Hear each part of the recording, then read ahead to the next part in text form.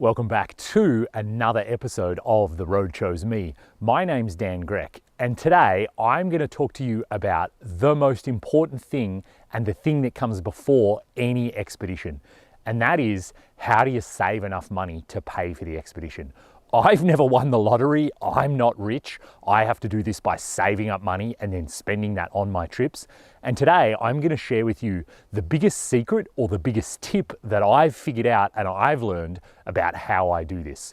So if you're wondering how to save and pay for your own expedition, stick around. I'll get into all the details right now. So when it comes to saving money to go on a massive expedition, obviously there's a ton of different advice out there from a ton of different people. And you know, we could be boring and talk about you shouldn't buy coffee or you shouldn't buy avocado on toast, but that's not really very helpful. That doesn't actually help you achieve your goal. So instead, I'm going to tell you a story about how I managed to save enough money from just working a regular job to be able to take 3 years off work and drive all the way around Africa. So we'll back up a little bit. I drove Alaska to Argentina. I finished that trip. I was totally out of money. I flew back to Canada all the way up to Whitehorse in the Yukon, and I got a job working at a desk.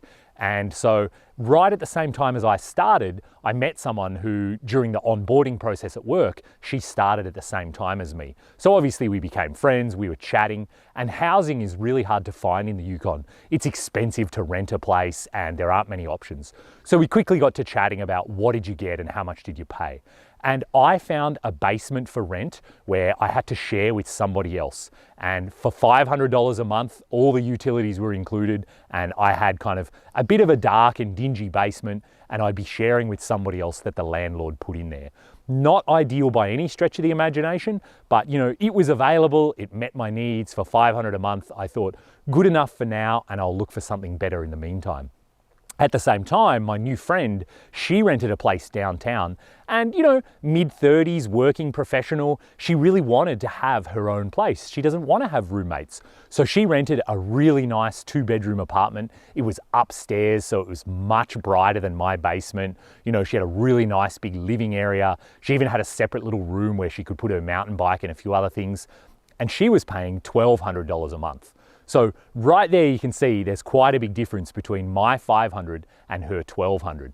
And I thought about that for a couple of weeks, and what I did is when I set up my internet banking transfer, on the first of every month I would transfer $500 into my landlord's bank account, and at the same time I would transfer $700 into my own personal savings account. So in this way I felt like I was paying $1,200 a month rent, the same as my friend. But of course, $700 of it was going towards my future dreams. And even way back then, I didn't even know that my dream was Africa. I just knew that if I started saving money, that would give me the ability to take time off work in the future and do something. I didn't know what the something was, but it didn't really matter. So there I was living in my basement. Yes, it's the Yukon. Winter is really long and it's very dark. And when you live in a basement, it's even darker. You get less natural light.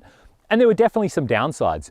The bathroom didn't have any windows, so inevitably some mold always grew. And so I was always trying to clean the mold away. I had to actually chop my own firewood, although personally I consider that part of the Yukon experience. And the house worked really well. My landlord was a great guy. He lived upstairs. I could work on my old rusty Subaru right in the driveway. I had a place to stash my mountain bike out the back. So all in all, it met my needs. Was I living lavishly? No, not at all. Was it good enough? Yeah, it was. A couple of the roommates that I had were really, really good and we became great friends. And one that I had wasn't so great, but that's what you get when you live in a share house. Compared to my friend who was living in her own 2-bedroom apartment, you know, she had a really luxurious place, tons of sunlight, she furnished it, all of that, and it was beautiful. So as the months rolled on, as they inevitably do, they turned into years. And my dream originally was only go to work for a couple of years and then hurry up and get back on adventure. But of course, you know, these things always take longer than we expect. But what I found was, because my savings account was just automatically going up, I just completely forgot about that $700 a month that I was putting in there. And it was really interesting because friends would always come to me and say, hey Dan, you should buy a snowmobile and we can do this, or why don't you buy one of those new Jeeps and you can do that. But of course, I didn't really have much money in my spendings account because of all the money I was transferring out each month. So I would always say, nah, I don't really have enough money for that. I'll just do adventures locally and I'll manage to borrow a snowmobile or whatever, but without spending all of that extra money. And so of course, the months rolled in, they actually turned into years and years.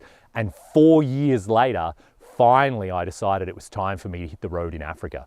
And lo and behold, $700 a month for 12 months of the year for 4 years, that's $33,600 that I had saved just because I chose to live in a basement.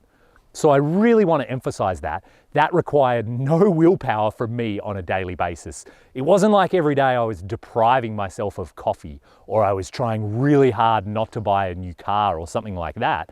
I just automatically saved $33,600 compared to my friend who had the lavish 2-bedroom apartment.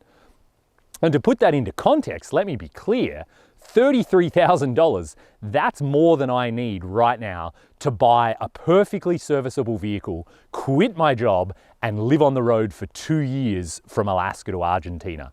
So at that rate, it took me 4 years to save it, and I can have 2 years off work and go and have the adventure of a lifetime. And so right there, I have a ratio of 2 to 1. For every 2 years that I work, I get 1 year off work and I get to have these mega adventures.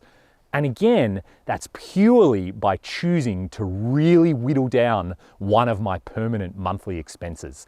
And that's the secret here that I'm conveying in this video. It doesn't really matter about the precise numbers or the details, but what it is your recurring monthly expenses. They're the ones that are going to make the biggest difference. So everything in your life that you pay every month, really think hard about reducing that figure down. And so another great example is car insurance. When I lived in the Yukon, I bought a really cheap old Subaru to get around, which is perfect in the winter. One of the great things about it, because it was so cheap, I didn't feel the need to get comprehensive insurance or collision insurance. The whole car was only $500. So if it burnt to the ground or if it got stolen, it was irrelevant. I could just walk away from it. Whereas if I had a nicer new vehicle, I would feel compelled to have comprehensive insurance. That's another $300 or $500 a month that's just totally going down the drain that is for nothing. And again, compounding over 4 years, that's going to be a huge amount of money that you can put away. Even when you think about the little things, Netflix, for example, $10 a month, and you're going to say to me, Dan, cutting out $10 a month is not going to help me drive to Argentina. Well, I'm going to come back to you and say, actually, you're wrong. It is definitely going to help you drive to Argentina. Again, $10 a month, whatever, that's $120 a year. That's $480 at the end of those 4 years.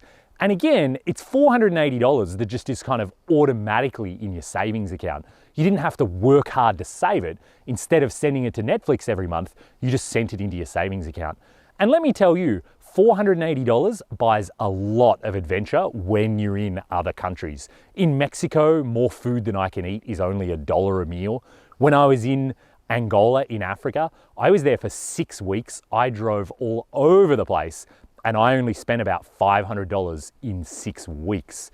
So that money that instead of sending to Netflix, I sent into my savings account, that just paid for me to have the adventure of a lifetime in Angola, including all of the gas, including all of the food and all the things that I did. So while you're sitting at home, $10 a month, it doesn't sound like much. Nah, that's not going to help me live my dreams. Well, I'm here to tell you, I've done it twice now, and from my experience, yes, it really is going to help you live your dreams.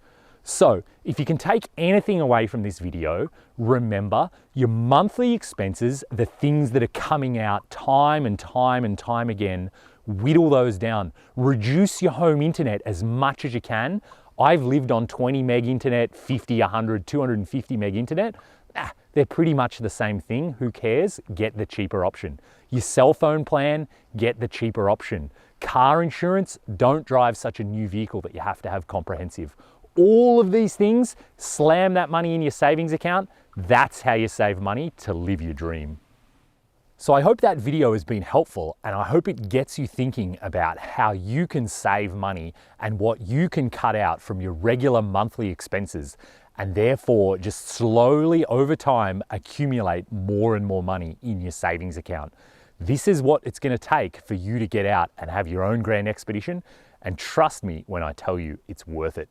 So if it's been helpful, please do hit the thumbs up button. Make sure you subscribe to the channel. New videos come out every Monday and Thursday, all aimed at helping you get out and have your own expedition. I want to say thanks again to my Patreon supporters. From just $2 a month, they're helping to bring these videos to life. They get exclusive perks as well, and pretty soon they're going to start learning about my new expedition. So if you're interested to find out where I'm headed and what vehicle I'm using, head over to Patreon. There's a link down in the description. Sign up and help me bring these videos to life. And one final thing to mention is this jacket I'm wearing, and even the pants, these are from a company called Livsn Designs, and I'll throw a link in the description. I had a chat to the owner of the company, and their motto is less stuff, more adventure. And so their goal is to build clothing products that are super durable and you can take on adventures for years and years. I really like that philosophy. That gels well with me. So I'm trying out their gear. This sweater is a wool blend, and I can tell you it's really warm. And they have these flex canvas pants as well that are super comfy. I've been using them to chop firewood and just work around the house. And so far I'm impressed. This is good stuff. So I just wanted to tell you guys about that. So again, thanks very much for watching. And until next time, maybe I'll bump into you on the road.